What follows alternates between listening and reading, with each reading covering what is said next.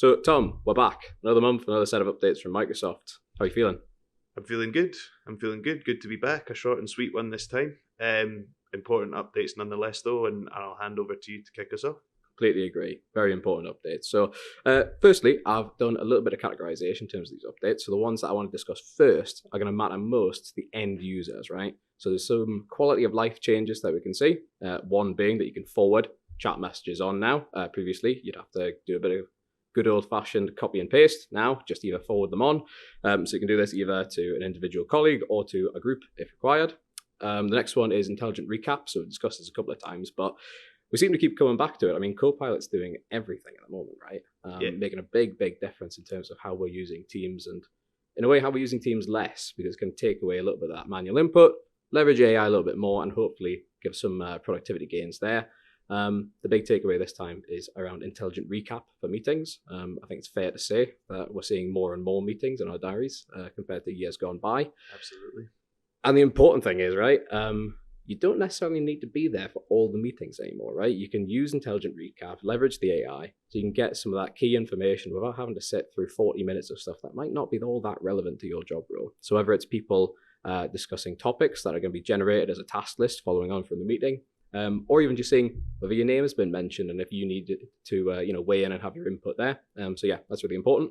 Another one, a little bit of a strange one for those of us who are working from home and maybe you're very used to having your own office set up and you know what it's like, right? You've got an important call and you're constantly thinking, what is in my background? Has, the dog left a chew toy in the background? Am I hanging up the washing on the radiator behind me? All that good stuff, right? Everybody's human. But now Teams is going to actually help us out with that. So with augmented reality into our virtual backgrounds, you can just tell it to do what you want. So maybe your lighting's not very good and you just need to soften that up a little bit, or maybe you just need to tidy up the room behind you. You can tell Teams to do it for you. There's never been a better time to be lazy. So, that's something I'm looking forward to. And then the last one on quality of life for me is simplified audio and video controls. We're getting a little bit more granular access to what our end user peripherals are picking up. So for me, if you can't organize home lighting to save your life and you end up looking like a Bond villain on all your calls, you're able to just adjust some things to make sure it's going to come across a little bit better because we're not always in a nice studio like this. Yep, so a lot to unpack in what you just said there. And if you want my 2 cents, which I hope you do, that's why I'm here, on each of those points, we'll kick off first of all with probably one of the smaller ones that we've got in terms of forwarding chat messages. Now, this is just another small thing that does have a big impact and does just, as you say, improve the general quality of life of the application for users. And that's really the main thing. Any small change for one person can be a big change for another. And all these small changes add up just to make the platform as user-friendly as possible and as intuitive as possible, I should say. Again, some benefits, it does help to avoid any confusion in group chats as well. You're not there's no ambiguity as to who you're messaging and what you are relating a message to if you're forwarding something on.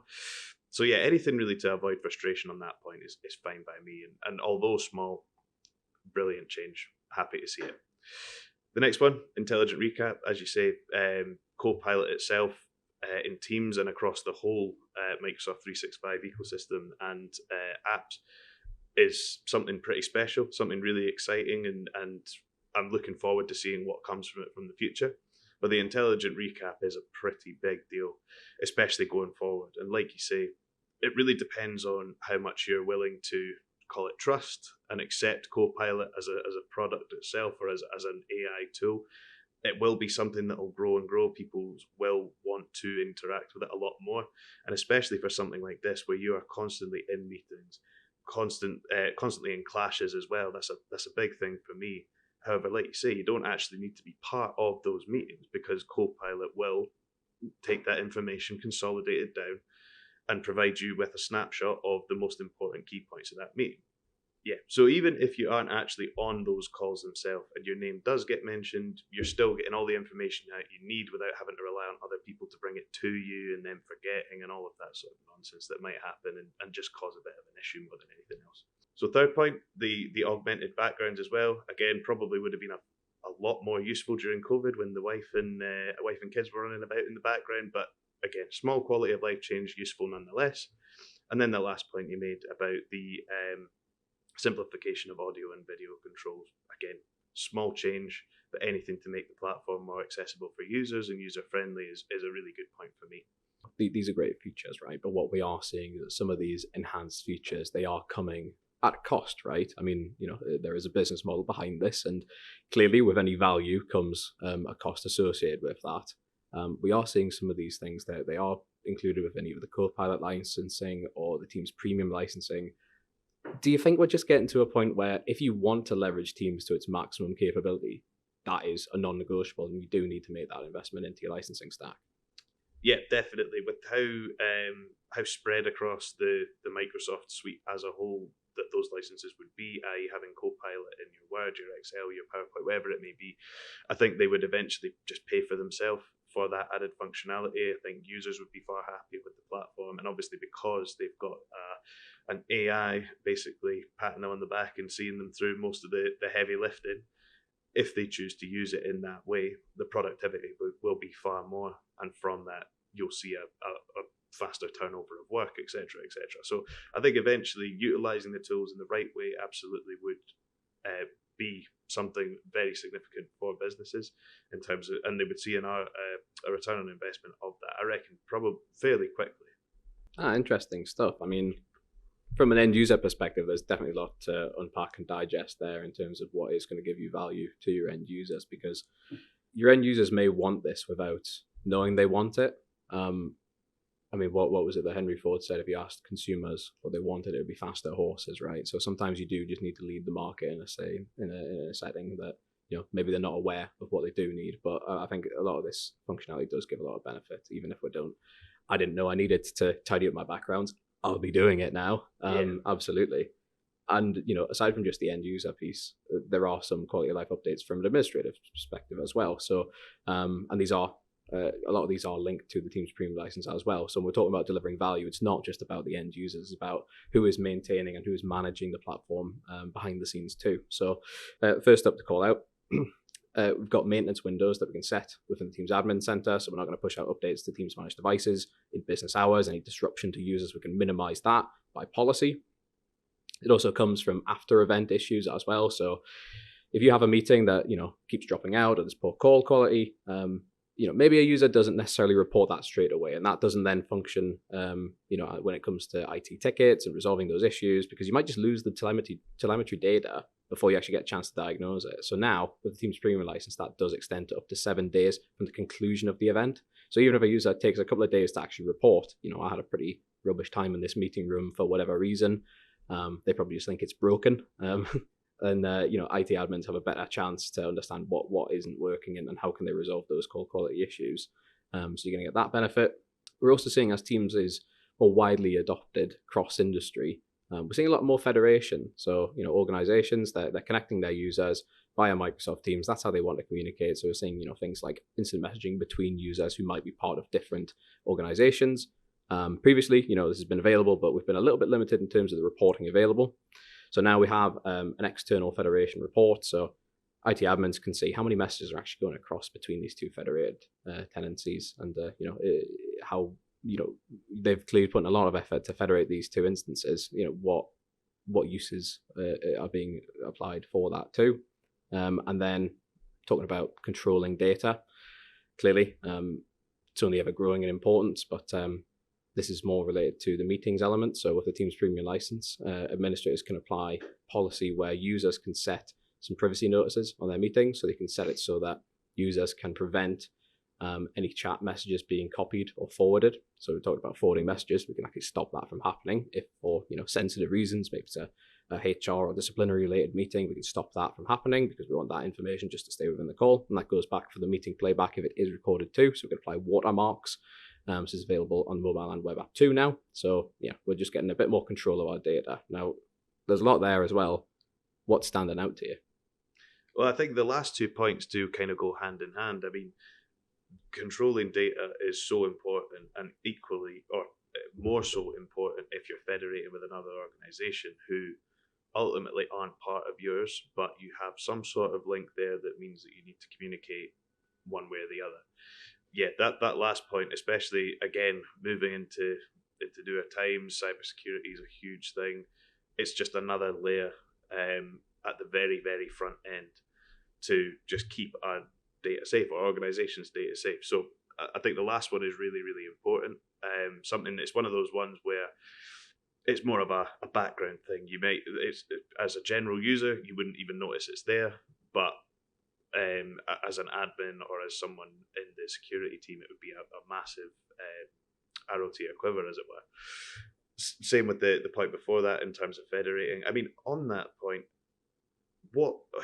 nowadays, what reasons would people have really to federate? I'm guessing it's things like the ability to, well, ultimately it is the ability to communicate with two organizations on totally separate tenants.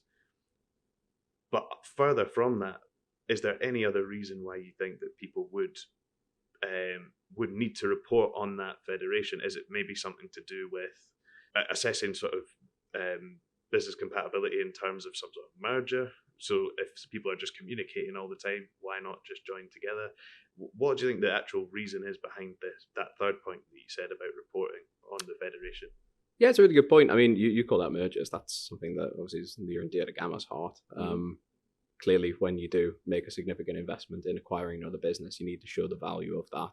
And as well as obviously any kind of revenue streams that come and form part of that, also just staff need to talk to each other. You know, if you want to integrate staff properly and have them becoming a single team, even if there is a requirement for them to maintain themselves in separate domains, you still want to show that level of collaboration. So I think this is a great way of reporting on that.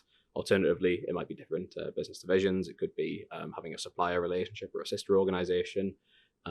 These are things that you could utilize federation for, or potentially even customers. You know, if you're a supplier to an organization, but you want to make sure that the information is being freely passed so that services run as they should, federation is a great way of achieving that too. So yeah, the first point you made about the management of devices is so important as well, with people having a massive investment into Teams telephony, and specifically if they make a huge investment into Teams native devices, making sure that those are up to date without any disruption is so important, where before the process would have been far more manual. And just, again, like you say, the theme running through this whole episode is the quality of life and improving the platform in small doses, but ultimately to make the experience better for the users, and that includes people like admins. So that first one there of just taking the stress of updating devices, where you can do it policy based now and just roll those updates out of hours. You don't even have to think about it. It's just set and forget that policy, and they'll continue to run as normal. Yeah, the second point you said about capturing the real-time telemetry data, again, a couple of points on that. I mean, truthfully, if you've gone into a call and you've had a bad experience on that call, not because of who's on the other end, but because of the actual quality that is being put out, you can't hear people, whether that's on their side or team side, how often do you actually think, I'm actually going to complain about that and go and report it? Or are you straight onto the next one, and in the back of your head you're thinking, actually, do you know what, it'll be fixed tomorrow. Things will refresh and everything will be good to go tomorrow. Because I definitely do that. So having that information available for longer, if a issue persists across multiple people on multiple different calls, is really useful. Because I mean, ultimately, people are very busy. Again, we've mentioned that at the start about having meeting after meeting after meeting. No one's got the time to report. They just hope someone else in the back end fixes it. Maybe you weren't even on the meeting anyway. You were relying on intelligent recap. But then if everybody does that, the meeting doesn't happen, and there's nothing to recap. Yeah, so we can go too far. Yeah, those points cancel each other out. If you're not involved in the meeting, you can't have all the audio quality issues. So, but those who were in attendance, yeah, they might have them. But yeah, absolutely agree. Nah, good stuff. And you called it out there. I don't think anybody's under the impression that this month we've got any updates that are really ripping up trees and, redefining what Teams is as a platform. But that's not what evolution is. It's small changes over a long period of time. And ultimately, if you get these kind of things every month, by the time you look back in 2 years, it's a completely different platform. It's much better than what it was. I mean, I think, there's so many little changes that we don't necessarily appreciate within Teams. It's stuff that you can't believe you didn't have before. But I think that's the thing. When you do invest in Microsoft Teams as a platform, the important thing is you're paying for it whether these updates come or not. This is just benefits that come from you remaining invested within this ecosystem that ultimately listens to who's using it and applies those updates, accordingly with that. Yeah, I think that's a really good point. And you kind of hit the nail on the head that this isn't I think especially during the pandemic, there's people who don't necessarily like Teams particularly. It's not their platform of choice, and that's okay. But the one thing you can't deny with these updates that we're having now, there is always something to talk about. There's always small improvements being made, some big improvements being made, but ultimately it is constantly rolling things out to make the user experience better. And I think that, for a lot of people, especially in such a tech-driven world now, is super important that Microsoft are on the ball with it and continuing to roll things out. Thank goodness for those updates, because I've got a mortgage to pay. Yeah, so I need to be here. I need the blog. Yeah, we need to be here to hand them out to you guys. Good stuff. And that was everything from us. I mean, Tom, do you want to see us out? Yes, yeah, I'll see us out. Thank you very much for joining us on this edition of Gammabox. As we said at the start, it was a short and sweet one, but we'll be back again soon with more updates. See you soon.